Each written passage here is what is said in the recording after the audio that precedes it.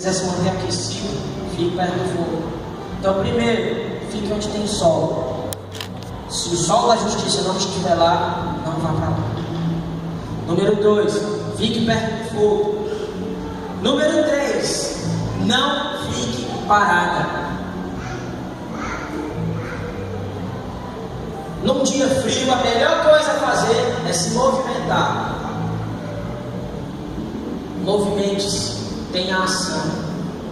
Se você quiser manter viva no seu coração essa chama, mantenha-se ativo. Ative a graça e o dom de Deus que existe em você. Afinal de contas, graça é um favor imerecido. E o dom que você recebeu só serve se for para glorificar a Deus. Amém?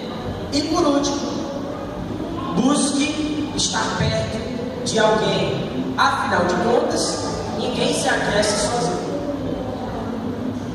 Quem lembra dos 4 conselhos? Conselho número 1, fique onde tem.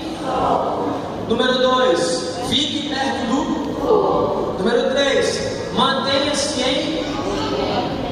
E 4, esteja perto de alguém. Ninguém se aquece sozinho. Amém? Queria convidar você a ficar em pé nesse